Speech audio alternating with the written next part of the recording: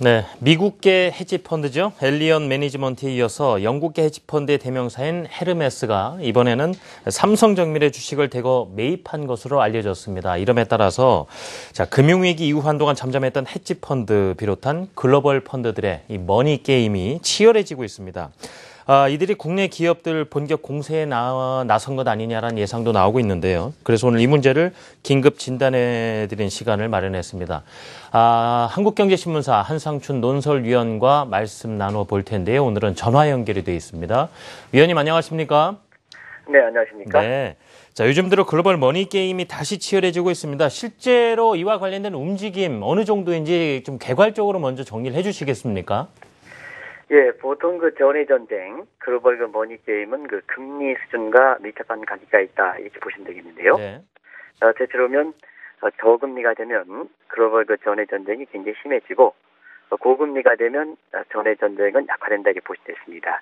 그러다 보니까 자연스럽게 국제금리 시장에서 글로벌 머니 게임이 치열했던 때는 그린스펀 시절에 금리가 이렇게 저금리 국면에 있을 때 처음으로 이게 등장했었거든요.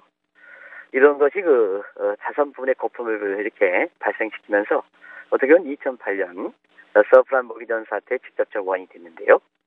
금리기 이후에는 글로벌 머니 갭이 한동안 좀 위축된 양상을 보이다가 최근 들어서 오면 돈도 풍부하고 금리도 사상 최저수준이다 보니까 어떻게 보면 글로벌 머니 게임, 전의 전쟁이 이루어질 수 있는 가장 최적의 조건이 지금 국제금리 시장에서 형성되고 있다, 이렇게 볼 수 있습니다. 그러다 보니까 자연스럽게 주요 국가에서 보면 이러한 글로벌 전의 전쟁의 모습이 이렇게 현저하게 나타나고 있습니다는 모두에서 말씀해 주신 것처럼 국내 이렇게 금융시장에서도 최근에 엘리언 매니지먼트가 제일모직과 삼성물산의 합병에 대해서 반도를 주도하는 이런 양상이고요. 또 영국계 헤지펀드인 헤르메스가 삼성정밀 주식을 대거 매입함에 따라서 그 배경이 어떤 것인가 하는 이런 각도의 국내 금융시장에서 글로벌 전의 전쟁의 영향이 지금 본격화되고 있다, 이렇게 보시겠습니다. 네, 말씀 듣고 나니까 헤지펀드들의 국내 시장의 본격적인 진출, 사실 공격이라는 표현까지 등장하기도 하는데요. 이번에 글로벌 머니 게임 누가 주도하고 주로 어디에 투자를 하고 있는지요? 네, 금융위기 전에 글로벌 전의 전쟁이 있었을 때, 네. 사실 때 헤지펀드를 주도했다는 것은 잘 아실 겁니다. 잠시 헤지펀드를 말씀드리면 1949년 국제금융시장에서 알프레드 존슨이 100인 이하의 소수의 투자 펀드를, 사모펀드를 보통 헤지펀드를 하는데요. 상당히 공격적이라는 것을 아실 거로 생각합니다. 그런데 이제 최근에 보면 이러한 헤지펀드들이 주도하는 양상은 동일합니다는 금융 이전에 비해서 다소 다른 점이 있습니다. 헤지펀드의 전문업체인 헤네시그룹에 따르면 최근에 글로벌 전의 전쟁을 주도하는 헤지펀드 같은 경우는 일단은 규모는 적습니다. 그러나 운용 규모는 상당히 대형화되는 이런 추세거든요. 그러다 보니까 한 헤지펀드당 운용 자금이 크다 보니까 국제금융 시장에서 이들의 능동적지 영향력은 상당히 증대하는 것이 최근의 모습이다, 이렇게 보시면 되고요. 또 한 가지는 헤지펀드의 주체에 따라서 사모냐, 개인이냐, 아니면 국가냐 해서 사모펀드와 국펀드로 구별되는 것이 특징입니다는 최근에 보면 국가가 주도하는 국펀드도 가세하는 것이 위기 이전보다 하나의 특징이다, 이렇게 보여졌습니다. 그리고 투자 대상에 있어서도 상당 부분 다른 점이 있거든요. 과거에 보면 전통적인 투자수단인 주식과 채권과 부동산 이런 쪽의 투자수단이 직접적으로 되어 있습니다는 최근에 보면 이러한 전통적인 투자수단이 이렇게 수익이 고객들의 만족하다는 수준을 기록하지 못하다 보니까 최근에 보면 예술품과 골동품 이런 뿐만 아니라 사실 고철이라든가 심지어는 아침부터 이렇게 얘기해서 죄송합니다는 죽은 시체까지 투자 대상이 되면 돈이 되면 뭐든지 투자한다, 이렇게 볼 수 있습니다. 이런 각도에서 국제금융시장에서는 아직까지 구체적으로 이렇게 질서라고 이렇게 표시할 수 없습니다는 넌 시스템에 해당되는 소위 젤리형 질서라고 하는 이러한 혁명적 변화를 일으킨 가운데 다른 한편에 있어서는 또 다른 위기를 경고하는 것이 아니냐 하는 이러한 경고음도 만만치 않게 들리고 있는 것도 바로 그런 측면에서 이해될 수 있다, 이렇게 보겠습니다. 최근 들어 헤지펀드들의 활동이 눈에 띄고 있고 또 글로벌 쩐의 전쟁이 재현되는 데에는 아무래도 자금 동원력도 좀 편해진 부분, 여러 가지 이유가 있을 건데요. 그 부분도 설명을 듣고 싶습니다. 네, 아무래도 이제 헤지펀드가 이렇게 그 활동이 눈에 띄게 증가하는 데에는 역시 그 돈이 많아야 된다 이렇게 볼 수 있습니다. 그리고 돈도 많은데도 헤지펀드의 자금이 많이 들어가야 된다 이렇게 이제 보시면 되겠는데요. 지금 돈이 많다는 것은 굳이 설명을 듣지 않더라도 잘 아실 거로 생각됩니다. 그래서 지금은 양적완화 정책이라든가 제로금리 정책에서 국제적으로 오면 아직까지 통화 승수라든가 통화 유통 속도에서 신용 팽창 과정이 본격화되지 않다 해도 자금의 그 절대량이 상당히 많은 상태거든요. 그런 상태에서 그동안 그 자금에 이렇게 부분적인 분배 역할을 했던 전통적인 시중은행이라든가 경우에 따라서는 증권사들이 그 제 역할을 하지 못함에 따라서 이러한 그 헤지펀드의 고객들의 투자자의 자금이 집중적으로 몰리는 상태에서 사실상 그 헤지펀드의 자금 운용 규모가 상당히 커지고 있는 것이 최근의 특징이고 이것이 바탕으로 해서 헤지펀드들이 자신의 활동을 재개하는 이런 일을 보이는 거다 이렇게 볼 수 있습니다. 아무래도 이 헤지펀드들의 그 활동이 이렇게 눈에 띄게 증가하는 데는 이런 자금뿐만 아니라 헤지펀드들은 부정적 시각을 많이 갖고 있기 때문에 규제에 굉장히 지금 민감한 반응을 보이는 상태거든요. 그래서 정형화된 룰을 이렇게 만들어지느냐 이것이 이제 굉장히 중요한 요소인데요. 다시 말씀드리면 규정이라든가 이런 것이 잘 만들어지면 그 바탕에서 활동하면 그거에 대해서 규제에 대한 부정적 시각이 없어지는 양상인데 최근에 보면 한동안 그 금융위기에 미국의 그 단일 금융법이라든가 이런 것이 제대로 갖추지 못한 상태에서 헤지펀드의 부정적 시각과 함께 활동이 축되다가 최근에 보면 뉴노멀 질서를 하는 새로운 질서들이 속속 이렇게 제동이 되고 또 시장의 시스템이 복원이 됨에 따라서 경우에 따라서는 헤지펀드의 활동에 부정적을 영향을 미쳤었던 이런 부분이 예측 가능함과 함께 기반이 형성됨에 따라서 돈과 기반이 형성되다 보니까 자연스럽게 헤지펀드들이 조금만 그 수익을 다른 그 투자수단에 비해서 많이 내면 그만큼 자금이 몰리면서 헤지펀드 활동이 이렇게 눈에 띈다 이렇게 볼 수 있습니다. 네, 말씀대로 금융위기 이후에 유동성이 어느 때보다 풍부해지다 보니까 정말 기존의 잣대로는, 기존의 개념으로는 좀 이해할 수 없는 새로운 변화들이 상당히 많은 분야에 걸쳐서 나타났습니다, 위원님. 네, 그렇습니다. 우리가 보면은 이제 가장 헤지펀드의 활동이 많고 자금이 그렇게 풍부하게 될 경우에는 가장 게 전통적인 시장 간의 정형화된 관계, 스토라이제이션 팩트가 이제 무너지는 양상이죠. 예를 들어서 주식이 가면은 채권이 안 간다 하는 이런 대체 관계가 이렇게 떨어지는 것이 사실 최근의 모습이다 이렇게 볼 수 있고요. 또 한 가지는 한국경제TV를 통해서 말씀을 해주셨습니다는 보통 그 투자자들의 성향 중에서 위험자산을 선호하는 거고 안정자산을 선호하면서 재테크 간의 그 경계선이 있었는데요. 최근에 보면 이런 경계선이 무너지는 것도 헤지펀드가 이제 교란을 하는 과정에서 나타난 현상이다 이렇게 보여졌습니다.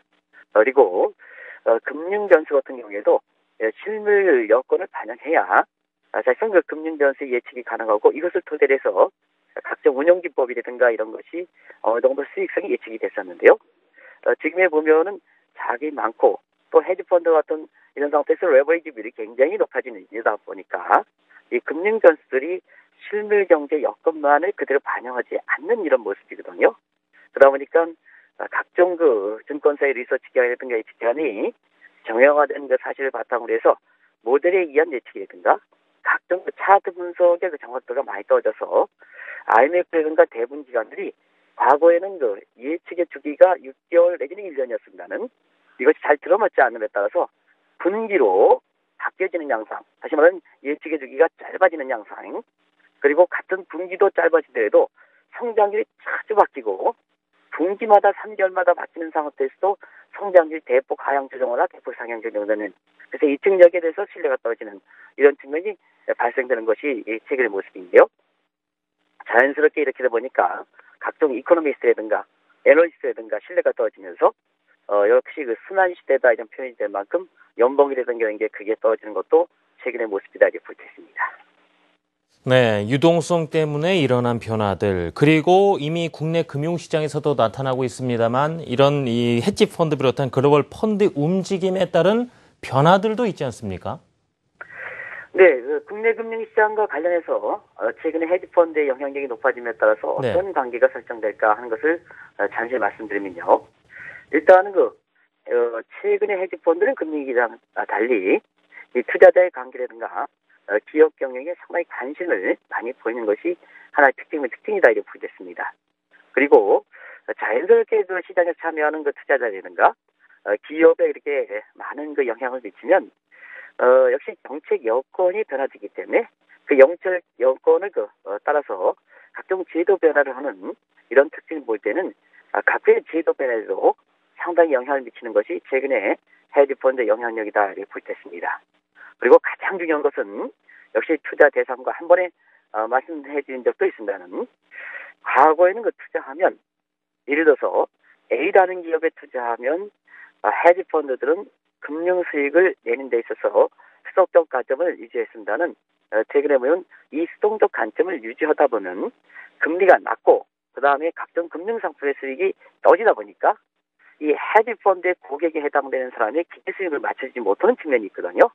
그러다 보니까 최근에는 직접 나선다. 다시 말하면 수동적지에서 능동적지로 바뀌는 상태에서 주주의 행동주의 모습이 굉장히 많이 이렇게 등장하는 것이 최근에 국내 금융시장과 관련해서 굉장히 눈에 띄는 문제다 이렇게 볼 때 있습니다. 만약에 사실 내가 투자하는 기업이 수익을 제대로 내주지 못할 때는 경영자가 문제라면 경영자도 교체하고 그다음에 기업의 지배구조라든가 이런 측면에서 문제가 있으면 그 지배구조를 대폭적으로 개선한다든가 경우에 따라서는 주주의 행동 가치에 이렇게 위배되는 각종 제도라든가 이런 측면도 적극적으로 개선하고 배당이라든가 이런 것도 굉장히 강하게 요구하는 그래서 직접적으로 수익을 취하는 것이 최근의 모습이다 이렇게 볼 때인데요. 과거는 그렇습니다. 헤지펀드 하면 조지 소로스 뭐 이렇게 얘기합니다. 이런 전통적인 금융위기 전에 국제금융시장을 활발하게 했던 이런 시대들을 보통 수동적 관점에서 헤지펀드의 JDF 전성 시대라면 최근에는 능동적으로 이렇게 가는 상태에서 기업의 사냥꾼으로 알려졌던 칼 아이컨이라든가 이번에 엘리엇 매니지먼트의 창시자인 월싱어라든가 이번에 삼성 정비를 했던 헤르메스의 주도자는 사키 르세베 같은 이런 사람 기업 사냥꾼들이 지금 헤지펀드를 주도하면서 제2의 헤지펀드의 전성시대를 맡고 있는 것이 최근의 국제금융시장이다. 국내 금융시장의 모습이다 이렇게 볼 때 있습니다.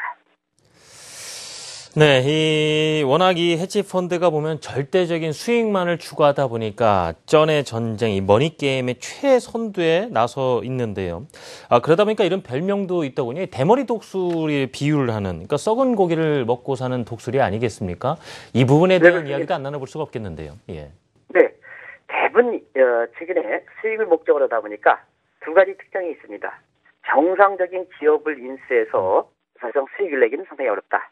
한 팀에서 보면 정상적인 기업이 거래되는 프라이머리 M&A 시장보다는 금리 과정에서 종전의 같은 경우는 건전한 기업인데도 불구하고 유동성이 미스매치라든가 여러 가지 문제를 가정해서 이렇게 기업 매물이 나오는 세컨드 M&A 시장 이런 시장을 통해서 기업 매물을 해서 여러 가지 지배 구조를 개선시켜서 상당부는 기업 가치를 올리는 것이 어떻게 보면 주주 행동주의 헤지펀드의 목적에 맞는 가장 중요한 투자 대상이다 이렇게 생각되거든요. 그런 것 같아서 보면 투자 대상이 기업 매물, 부실 매물이기 때문에 이건 썩은 고기다.